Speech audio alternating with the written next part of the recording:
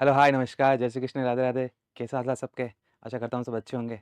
तो आज हम एक नया टॉपिक, नया मुद्दा लेके आए हैं। जो इमरजेंसी जो लगी थी भारत में, जो इंडिया का darkest chapter of Indian history कहा जाता है, उसके बारे में हम पढ़ेंगे कि उसमें क्या क्या डेवलपमेंट्स हुए थे, उस टाइम क्या हुआ था, क्या कंडीशन थी जिसकी वजह से इमरजेंसी लगी। ये इमरजेंसी लगने के पीछे एक ही कारण नहीं था, इसके पीछे मल्टीपल ऑफ रीजंस थे, चेन ऑफ द रीजंस थे। तो उसके पीछे क्या क्या रीजंस थे, इंडिया की तरफ से क्या दबाव था इमरजेंसी लगाने के लिए, इंटरनेशनली क्या दबाव आया था, ये सारी बातों का चर्चा हम आज करेंगे और देखेंगे कि इमरजेंसी क्यों लगाएगी, इसके पीछे क्या कारण था, और इमरजेंसी ना लगाते तो क्या होता, और इमरजेंसी लगाए उसके बाद हमें आज के दौर में इस इमरजेंसी को किस प्रकार देखा जाना चाहिए। क्योंकि आजकल सब इनकी क्रिटिसाइज़ करते हैं, इनको आलोचना करते हैं। क्या उस टाइम अगर ये लोग उस टाइम होते तो उस टाइम नेशनल में जो नहीं लगाते? क्या ये कंडीशन उस टाइम इनके साथ होते तो ये नहीं लगाते? इनकी सारी की चर्चा हम देखेंगे, जिसमें आगे क्या हो सकता था, इमरजेंसी के बजाय क्या दूसरा विकल्प भी उस टाइम था, या था तो क्या था, क्या हो सकता था, सब इस वीडियो में चर्चा करेंगे। तो आइए शुरू करते हैं। जैसा आपको पता है कि इमरजेंसी 1975 25 जून 1975 से 21 मार्च 1977 तक रही थी। लगभग ये 21 महीने तक 21 महीने इमरजेंसी रही थी। The darkest chapter of Indian history कहा जाता है। देखते हैं कि इसके पीछे चेन ऑफ इवेंट क्या थे कि इमरजेंसी लगाई गई। तो जैसे इंदिरा गांधी की सरकार में, उस टाइम इंदिरा गांधी की सरकार थी, तब 1974 में एक बिल लाया गया संसद द्वारा। 1974 में एक बिल लाया गया कि प्राइवेटाइजेशन ऑफ बैंक, उसमें जो पब्लिक सेक्टर बैंक थे, जिसमें 14 बैंकों को इंदिरा गांधी सरकार ने नेशनलाइज कर दिया, यानी कि उनकी जो प्रॉपर्टी थी वो अब सरकार की या जनता की प्रॉपर्टी हो जाएगी। तो इससे बहुत बड़े बड़े इंडस्ट्रियलिस्ट थे, जैसे टाटा, जेआरडी टाटा, तो वो नाराज हो गए। उसके साथ साथ बहुत सारे जो पारसी इंडस्ट्रियलिस्ट थे वो नाराज हो गए। एक ये कारण था। सबसे पहले अपन कारण देखते हैं, ये फर्स्ट, फिर आगे चलते हैं। दूसरा कि when Indira Gandhi pulled the string of Nizam and other princely state rulers over previous purse. ये क्या होता है प्रीवियस पर्स? ये होता है जैसे जब इंडिया आज़ाद हुआ था तो बहुत सारी प्रांतीय रियासतें थी, तो उनको गवर्नमेंट की तरफ से कुछ पैसे जाते थे। तभी उन्होंने इस शर्त पे, ये वन ऑफ द शर्त थी, वन ऑफ द कंडीशन थी, जिसमें रियासतें या प्रांतीय जो क्षेत्र थे वो इंडिया में एकजुट हुए थे, और भारत बहुत सारे प्रांतों में से एक प्रांत बना था। जैसे 552 प्रांतें थी, उसमें से एक भारत देश बना था, तो उसमें से एक था। तो इंदिरा गांधी सरकार कहीं ना कहीं ये प्रिवी पर्स थी, जो गवर्नमेंट कुछ राशि, कुछ रॉयल्टी देती थी प्रांतीय क्षेत्रों को, उससे इंदिरा गांधी नाराज थी। और ये जब इसको संसद के द्वारा इसे जिसे घटाया गया, यानी कि प्रीवी पर्स के जो अमाउंट देते थे उसको कम किया गया। ये सुप्रीम कोर्ट में गया केस, फिर सुप्रीम कोर्ट में गया। सुप्रीम कोर्ट में जाने के बाद इस फैसले को, जो इसमें प्रीवी पर्स को कम किया गया था, इसको नल एंड वॉइड करार दे दिया गया, नल एंड वॉइड करार दे दिया गया। इसी प्रकार इसमें भी जब प्राइवेटाइजेशन हुआ था तो बहुत सारे इंडस्ट्रियलिस्ट थे, वो कहाँ गए थे? सुप्रीम कोर्ट गए थे। सुप्रीम कोर्ट ने इस प्राइवेटाइजेशन को नल एंड वॉइड करार कर दे दिया था, नल एंड वॉइड। तो इससे देखा जा सकता है कि सुप्रीम कोर्ट और केंद्र सरकार, उस टाइम इंदिरा गांधी की सरकार थी, उसके बीच में कितनी कशमकश रही होगी। तो दो मुद्दे ये थे। तीसरा मुद्दा, 5 ईयर प्लान भी चल रहा था उस टाइम, कि 5 ईयर प्लान जिसमें focus toward the development of country industrial sector as well as result of the war and agreement and allotted fund and diverted into the war needs. कि जितने भी फंड गवर्नमेंट के द्वारा जारी होते थे 4th ईयर प्लान के लिए, वो सारा फंड कहीं ना कहीं और दूसरी तरफ डाइवर्ट कर दिया गया। एक इंटरेस्टिंग फैक्ट मेरे को याद आ रहा है कि जो इमरजेंसी लगी थी वो इकलौती इमरजेंसी नहीं थी जो 1975 में लगी थी। इसके अलावा भी जब 1962 में इंडो चाइना का वॉर हुआ तब भी इमरजेंसी लगी थी। जब 1972 में इंडिया बांग्लादेश का जो वॉर हुआ था उसमें भी इमरजेंसी लगी थी। तो ये तीसरा रीजन था। तो कहीं ना कहीं जो इंडियन कॉन्स्टिट्यूशन का जो मूल उद्देश्य है कि welfare of the state, welfare of the Indian people, उनको कहीं ना कहीं इस 4th प्लान में कॉम्प्रोमाइज किया गया। जो जो पैसा था वेलफेयर का, जो जनता के लिए खर्च करना था, उसको कहीं ना कहीं डाइवर्ट किया गया सरकार द्वारा। फिर चौथा मुद्दा था महंगाई। उस टाइम महंगाई बहुत थी। फिर पांचवा मुद्दा था करप्शन। उस टाइम बहुत सारे करप्शन के मुद्दे आ रहे थे, चाहे केंद्र सरकार, जो इंदिरा गांधी सरकार के अंदर के मंत्री वहां पर करप्शन के चार्ज लेके आए थे। उसके बाद ये पांचवा इवेंट थे जब जेपी नारायण हुआ क्या था कि उस टाइम गुजरात तो बिहार की सरकारों को केंद्र सरकार ने डिसोल्व कर दिया था। क्यों किया था? क्योंकि गुजरात में चिमन भाई पटेल थे। तो चिमन भाई पटेल के सरकार के टाइम पे बहुत सारे घोटाले, बहुत सारे करप्शन स्कीम सामने आए थे। तो एक टाइम पे उसको कहना, उनको जो ये चिमन भाई पटेल है, इनको कहा जाने लगा कि ये चिमन भाई चोर है। चिमन भाई पटेल से चिमन भाई चोर कहा जाने लगा। तो उसकी वजह से फिर जेपी नायडू ने आंदोलन किया करप्शन के विरुद्ध। इन्होंने आंदोलन किया। 5वां रीजन ये। छठा रीजन गरीबी, पोवर्टी एक रीजन है जिसकी वजह से इमरजेंसी लगा। फिर एक जॉर्ज फर्नांडिस,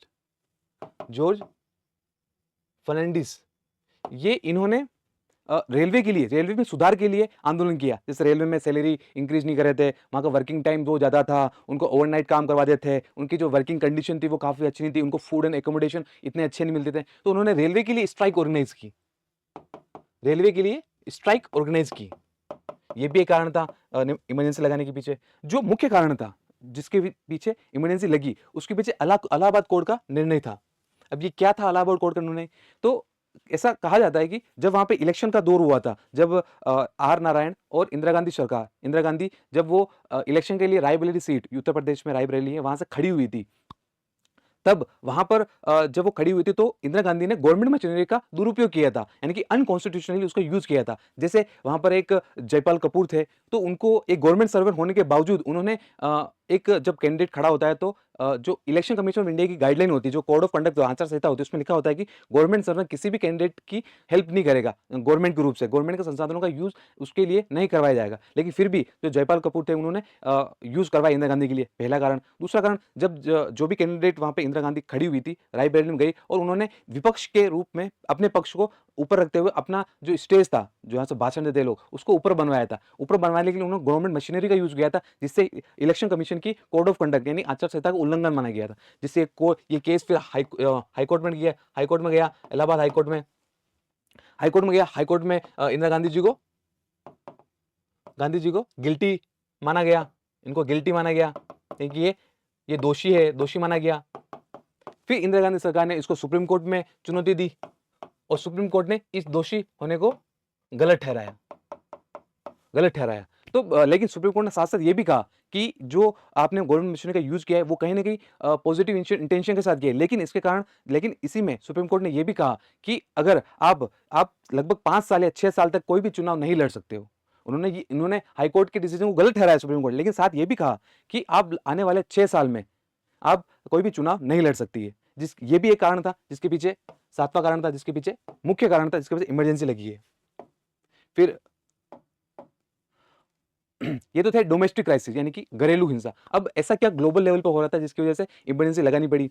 एक ऑयल क्राइसिस आया था 1973 में ऑयल क्राइसिस आया था। वहां पर बहुत सारे जो ऑयल खदानें थी जो मिडिल ईस्ट में थी, उन पर बम ब्लास्टिंग होने लगे। वहां पे जो सिविल वॉर की समस्या आई, उसकी वजह से वहां पर ऑयल ब्लास्ट हुए और सिविल वॉर हुआ। सिविल वॉर की वजह से वहां पर ऑयल का जो प्राइस था वो कहीं नहीं हद तक अपनी सीमा से ऊपर चढ़ गया था, जिसकी वजह से इंडिया में इन्फ्लेशन देखे गया। तो वहां पर डिमांड ज्यादा होने लगी और सप्लाई कम होने लगी, जिससे इंडिया में भी आक्रोश फैलने लगा जनताओं के बीच।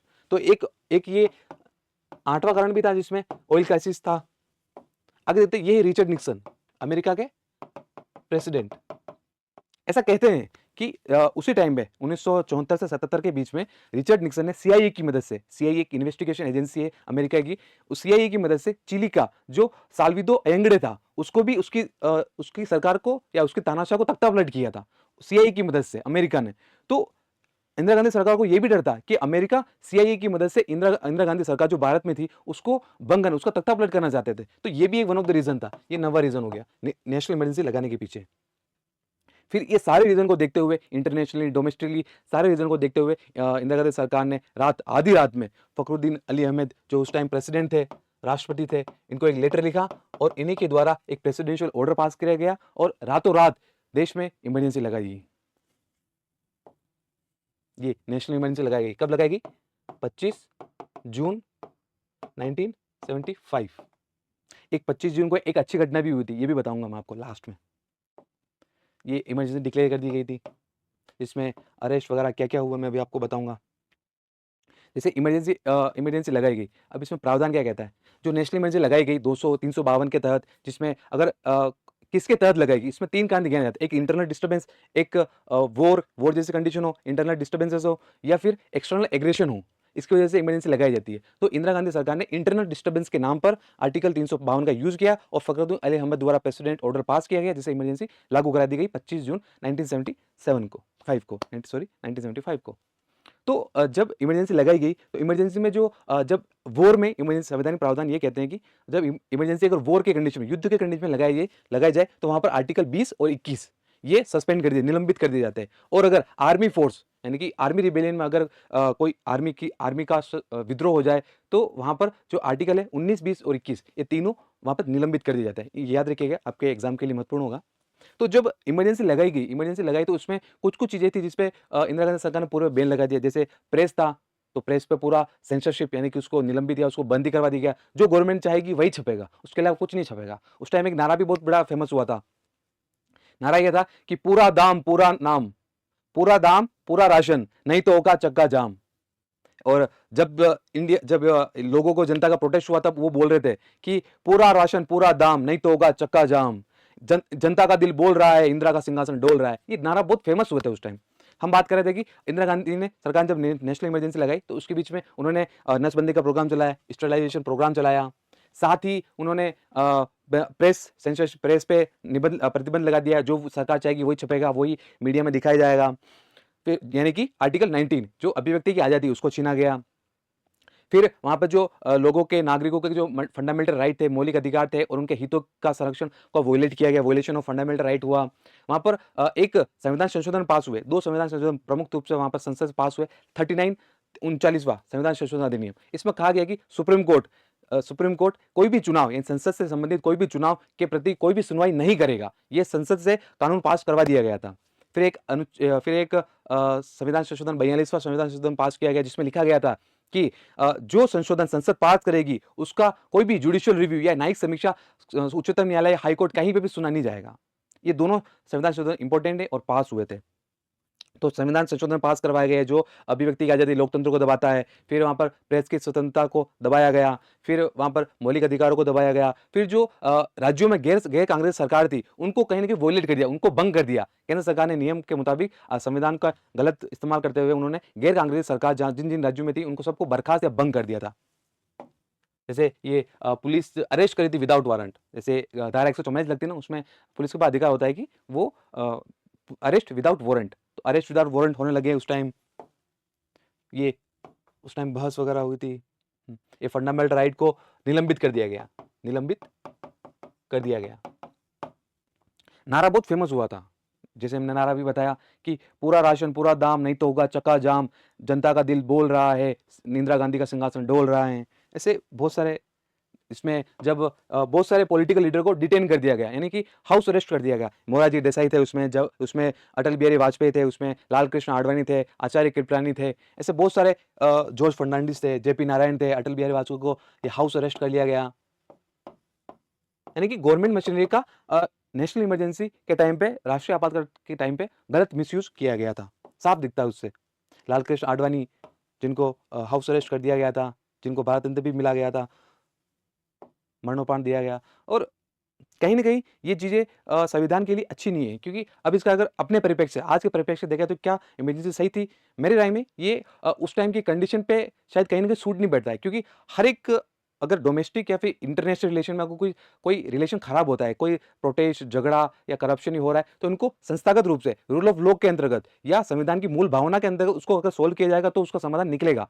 हम G20 में भी भारत जब यूक्रेन और रशिया वॉर पर अपनी बात कर रहा था, तब उन्होंने कहा था कि भारत हमेशा शांति और सद्भावना की रेस्पेक्ट करता है। तो उसकी शांति और सद्भावना के लिए हम हमेशा वार्तालाप के सारे संभावित प्रयास करने के लिए तैयार हैं। तो हमेशा हमें भारतीय संविधान के जो मूल फंडामेंटल है, जैसे sovereignty, socialist, secular, democratic republic, इन जो मूल्य है, धर्मनिरपेक्षता, सामाजिक सद्भाव का, ये सारे मूल्य है, इनका मूल्य का सम्मान करते हुए हमें हमेशा सबके प्रति, सबके हितों को रक्षा करते हुए, मौलिक अधिकारों को रक्षा करते हुए हमें कदम उठाने चाहिए। तो लास्ट में मैं यही कहूंगा कि जो नेशनल इमरजेंसी था वो कहीं ना कहीं उस टाइम के लिए सही नहीं था, तो उसे हमें आज के लिए कंडेम करना सही नहीं है। क्योंकि उस टाइम शायद वो कंडीशन वैसी रही होगी जिससे नेशनल इमरजेंसी लगाना कहीं ना कहीं हद तक सही या गलत, ये मैं आप पर छोड़ता हूँ कि नेशनल इमरजेंसी सही है गलत। बाकी आप बताइएगा कि इस टॉपिक के बारे में आपको क्या समझ हुई, और कमेंट सेक्शन में जरूर बताइएगा। तो आज के लिए इतने रखते हैं। Thank you. जय हिंद।